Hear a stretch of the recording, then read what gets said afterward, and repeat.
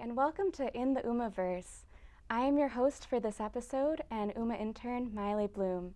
Today we're going to be talking about the Wicked Queer Film Festival and use that as a jumping off point to talk about LGBTQ identity and storytelling. I have a roundtable of guests with me today who all live in Malden and have interesting things to say related to this topic. So I'm really excited to get into this conversation, and I'll let our guests introduce themselves, starting with Sean Cotter. Hi, my name is Sean Cotter. I am the executive director for Wicked Queer, which is Boston's LGBT film festival. The festival turns 40 in April, and we are the fourth oldest LGBT sort of media festival in North America. Good afternoon. My name is Amir Dixon. I'm an artist, filmmaker, and the CEO of A&I. We're a creative production firm for social impact. Thank you for having me. I'm C.D. Collins. I'm not from here. I'm from Kentucky. And Malden has adopted me. I needed adoption. And then they made me be the poet laureate. So, I mean, they didn't make me be, they selected me, and I'm thrilled. And I'm really happy to be here with this panel. Thank you. Hi, I'm Reverend Aisha Ansano. I'm a Unitarian Universalist minister affiliated with the First Parish in Malden, and I'm also the co-minister of Nourish, which brings embodied worship to Unitarian Universalist spaces. It's great to be here. Thank you all so much for being here. I'm really excited to talk to you all. And we can just jump in. And Sean, do you want to share a little bit about the Wicked Queer Film Festival? And we can use that as a jumping off point to talk about the importance of amplifying marginalized identity. Sure. The Wicked Queer Film Festival will happen in April. For 2024, it's April 5th to the 14th. We are a festival and a sort of nonprofit devoted to amplifying marginalized voices, to celebrate queer folks, and also tell our stories and sort of illuminate our histories. I feel very much the mainstream media, I mean, they try, but they really don't do a very good job. And you also see a very small snippet of the sort of vibrancy of all the rainbow colors of the LGBTQ plus community. Yeah, definitely. I feel like growing up, I really didn't see a lot of media about LGBTQ identity. And I'm curious if you all had similar experiences or what that was like and how that connects to your own work now about trying to center and amplify marginalized voices. I was in Kentucky in 1969. I was a freshman in college. And the word queer would get you kicked out of school or killed. And so it still seems like a very charged word to me, and almost like a secret word. And so I have right now in my project, which I will just like to detail a little bit later, I want to talk about how language impacts us, and the project that I have is Poet Laureate. Nice. Yeah, I think one of the things for me is I also feel like I did not see a lot of queer or LGBTQ representation in media and popular media, and then kind of getting introduced to things by folks saying that, hey, you should read this book, hey, have you checked this out, was like really great. And I think like also as a person of color, like similar things with like another marginalized identity of like, it's not fully represented, but then someone will say, hey, have you read this? Have you seen this? And then you kind of get tapped into the world. And it's amazing how much that like opens things up and gets to explore those things. Yeah.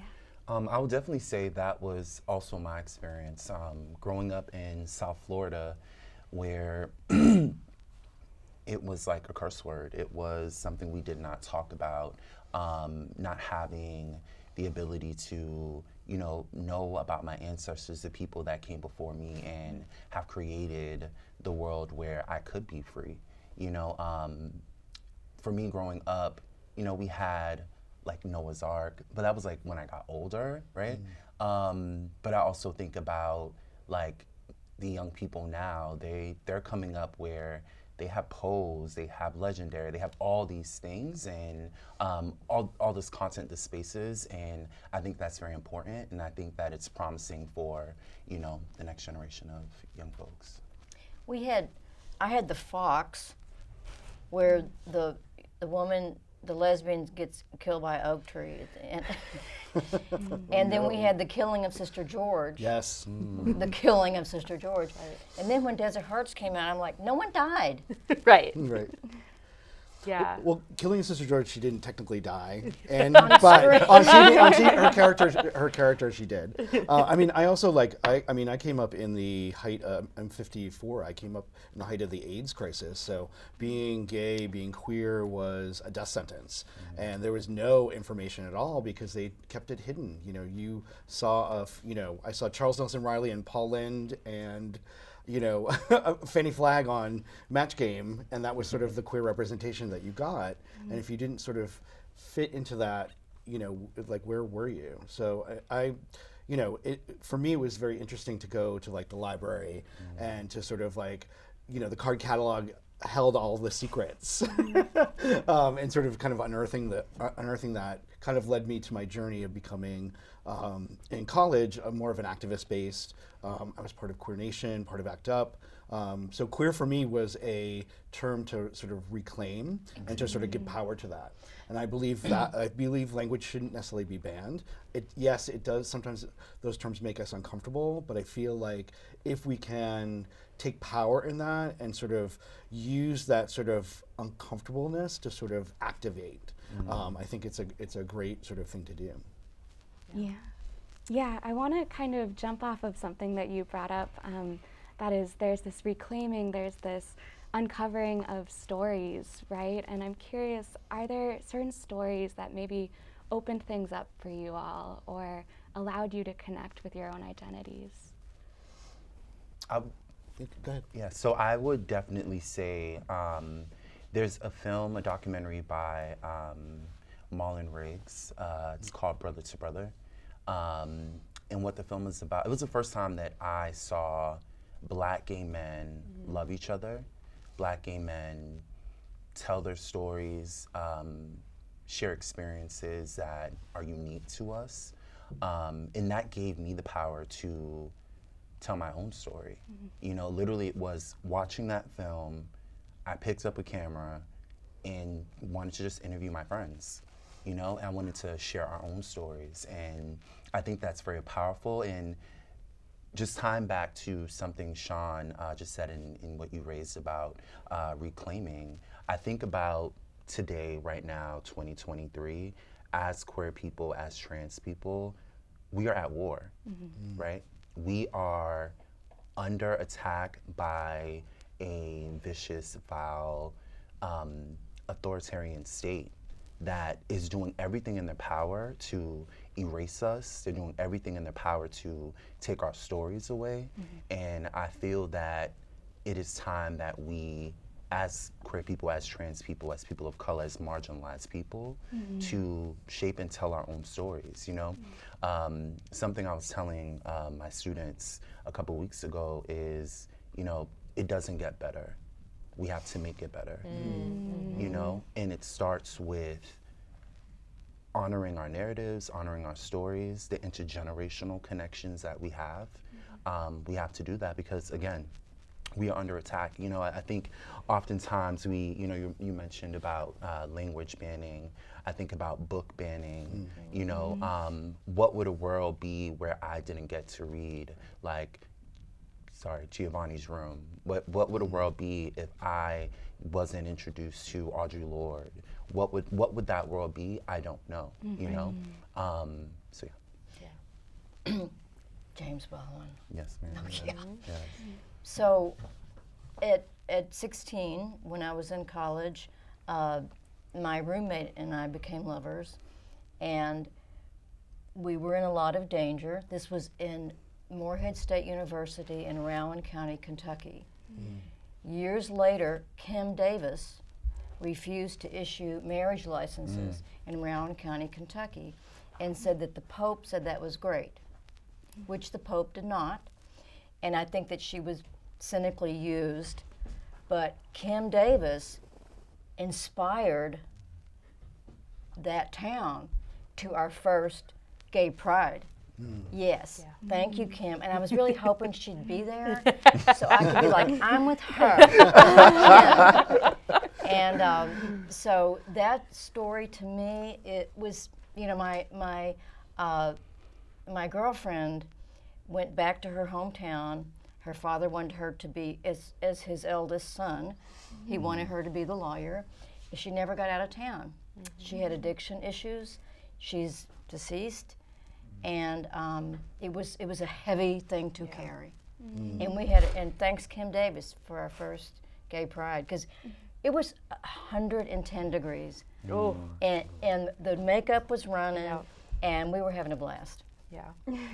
I think one of the things for me, it's interesting because the book that sticks out to me is not, like, I didn't see my own identity reflected, but it was still like formative. Honestly, I could tell you nothing about the book, but it was called Rainbow Boys, and it was a young adult novel about two boys, and yeah, like that's still sitting in the back of my head as like, oh, that's just on the shelf. And then this is much more recent, but I am a very large fan of romance novels. And one of the things that I've really loved is reading queer romance novels and getting to see both, like, one of the things I love about romance novels is they have a happily ever after. That's the whole point. So you know things are going to be okay. But then also in it, you're like, they're messy. They're like, you know, it's not like the model person. And so to get to see queer representation of folks who are like messy and annoying and all those things, just like all the other romance novels, is like, for me, a really powerful thing. And knowing that that is so much more accessible now and that I can recommend those to people I really love that. Yeah, I mean, for me, like something that sort of really influenced me in sort of my coming out is there was a really amazing. So I grew up in Massachusetts, and I was born in Malden, but I grew up in Brockton. But there was a TV show that was called The Movie Loft on Channel 38.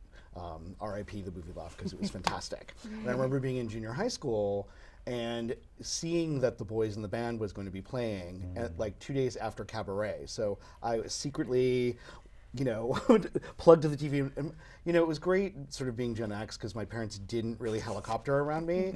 So I got to sort of experience a lot of sort of like media that I probably shouldn't have, but I'm glad I did. And for me, it was really kind of amazing to sort of see, even though The Boys in the Band, looking back at it, is really depressing, but to see the possibility that it wasn't necessarily a death sentence and sort of like something that was countering the narrative that was being presented to me. And I feel like that's really, really important and also still very valid amongst our youth today. You know, I feel like they want representation, they want to see also the life, what's next as well, and they want to know that it's going to, doesn't get better, but it can be okay. And you will survive. And I think that's something that's so important about the Wicked Queer Film Festival too, is just bringing more of those humanizing stories and the doc series as well, real people's stories.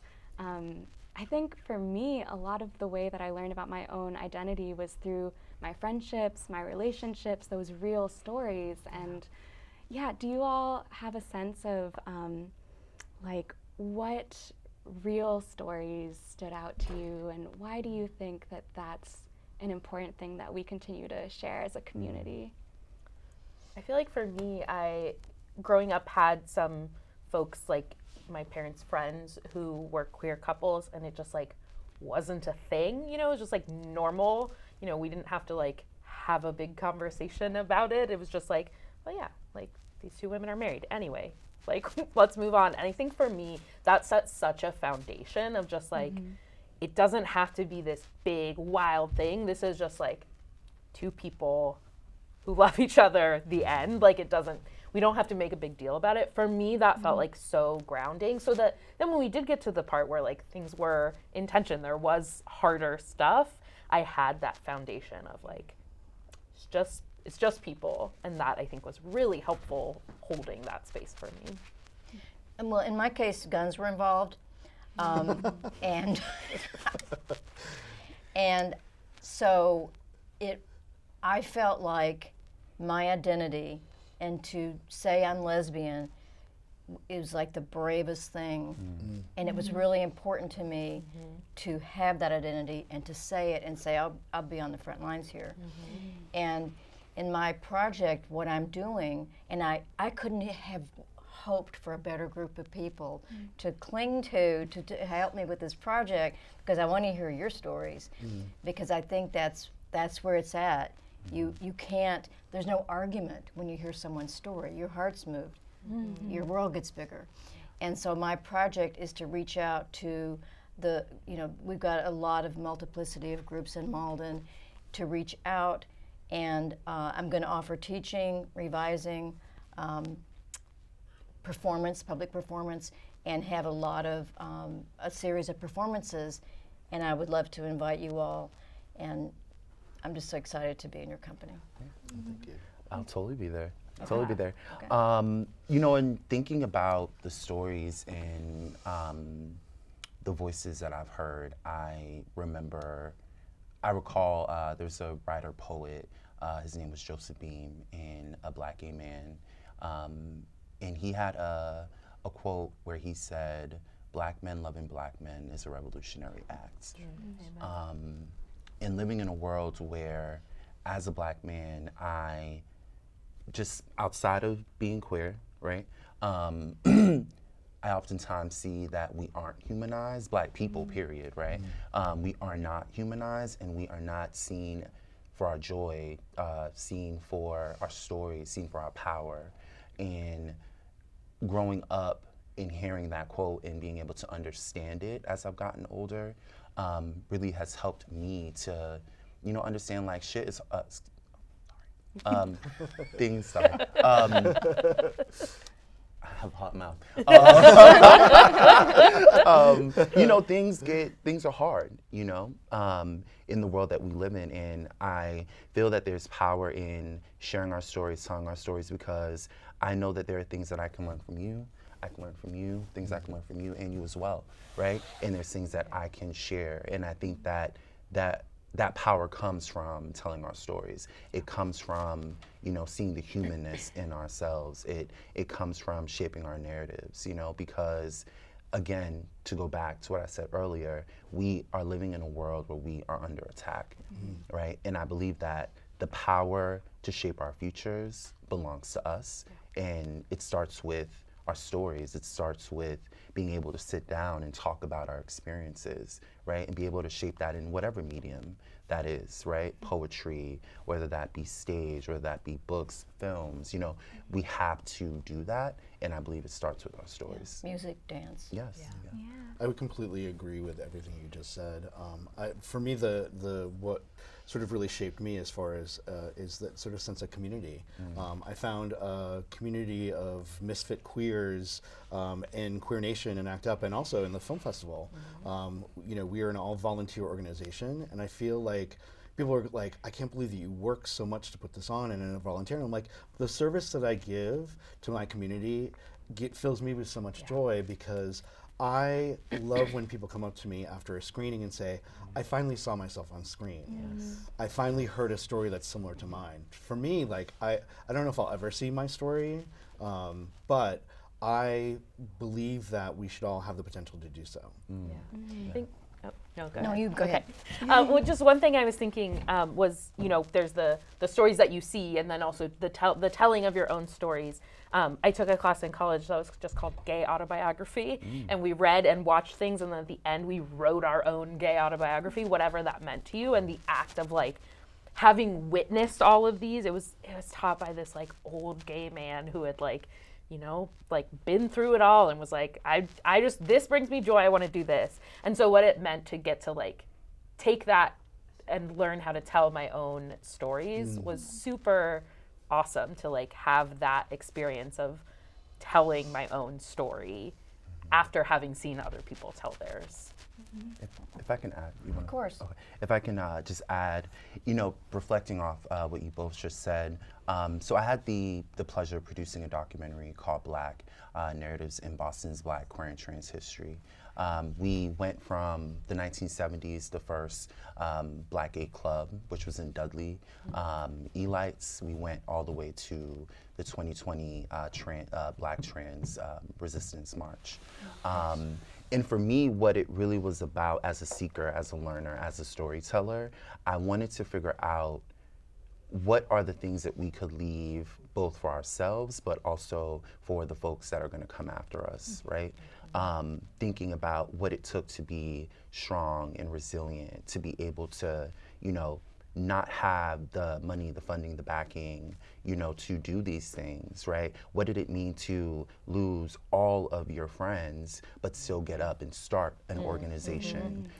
What did that mean? And being able to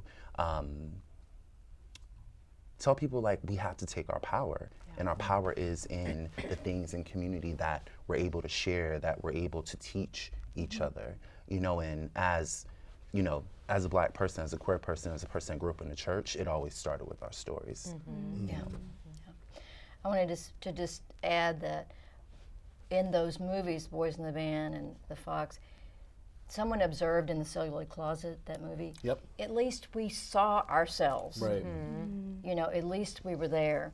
I'm hearing a lot of intersectionality, and I was at the chiropractor yesterday, and the chiropractor, who was a new chiropractor, asked me where I was from. I said Kentucky. He had asked me if I played the banjo. Oh, wow. Oh boy. And I said, I don't think a deliverance joke is appropriate here. His finger in my mouth doing this really painful procedure. And then he goes, it's a lot of inbreeding, right? Oh my gosh. And I was, Yikes.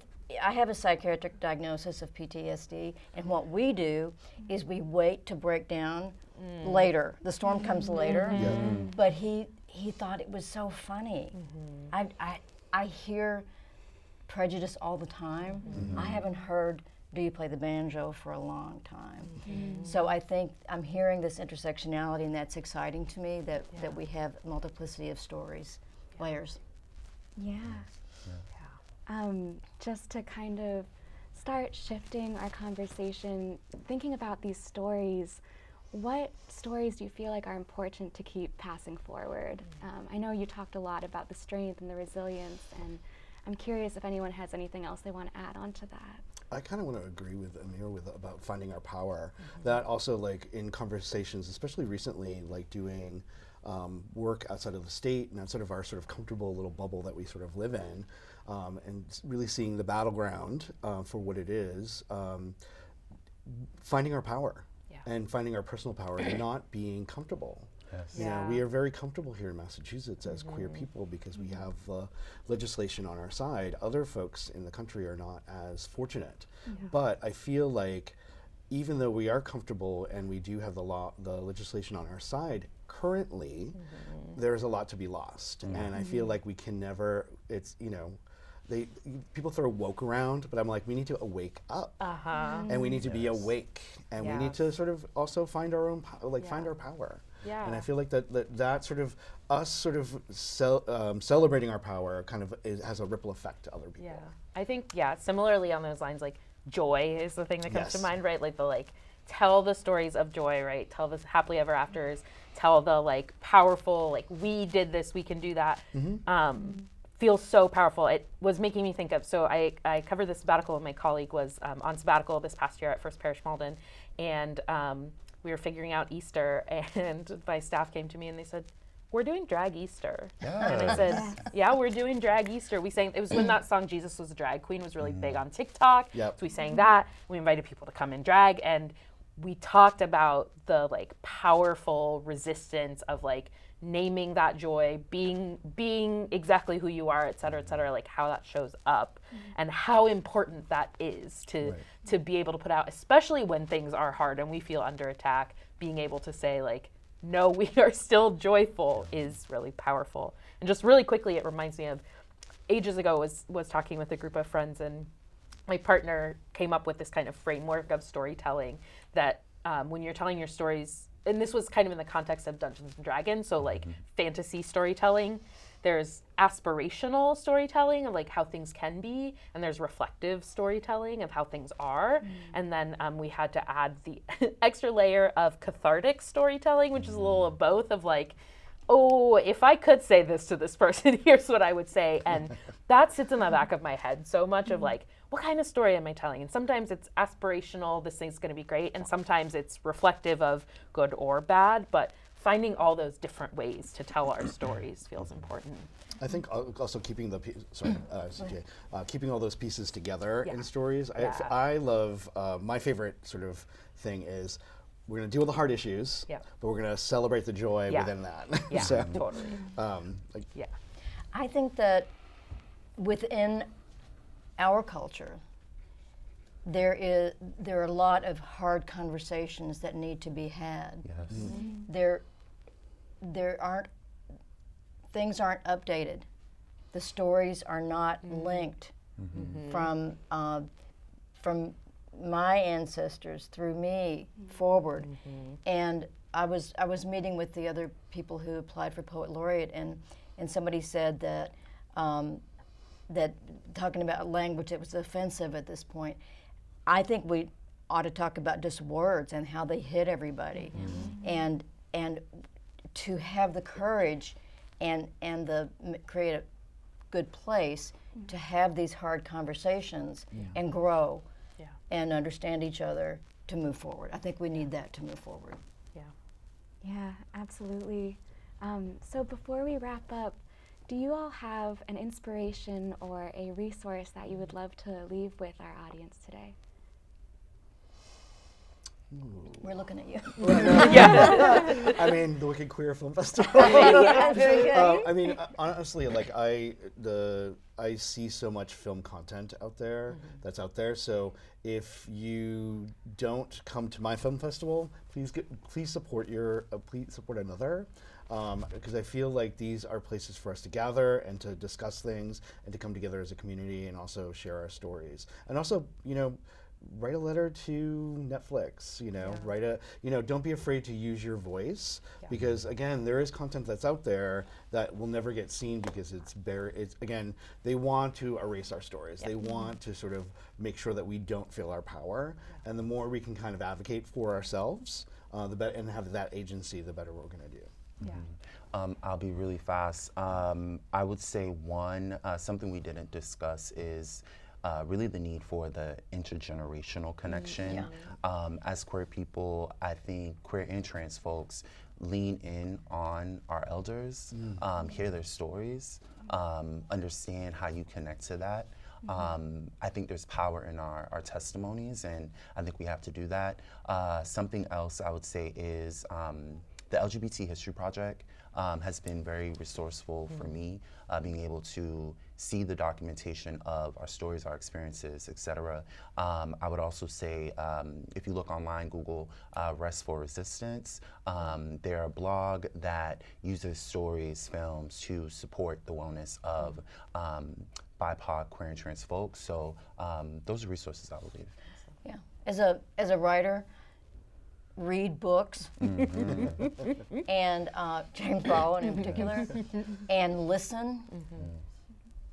Yeah, I think the two things I would say is one, I mentioned Dungeons and Dragons earlier. I think really like role-playing games where you get to test things out, for me has been so powerful, and I think has space in intergenerational conversation, right? Like there are things you could pick up and play with some kids in your life or with elders. And then the other thing that I would say is actually definitely read books, definitely watch films. I have found being on TikTok, the short clips of just getting to see all the wide range of who is out there, for me is just, I get some of that joy and power of here's a random person I've never heard of before, but they are telling me the things. So that's great. Yeah, I also just want to say maybe we should have more of these roundtable discussions because this is so important, and I want to thank you all so much for being here and sharing so much. Thank you for having us. It's so good to be with you. I would agree. We need to sort of gather more. Yes. Yeah. Amen. Stronger Yes. together. Amen. Yeah. Yes. Thank you. So thank you all so much for joining us. This is In the UMAverse, and I'm Miley Bloom. Thank you.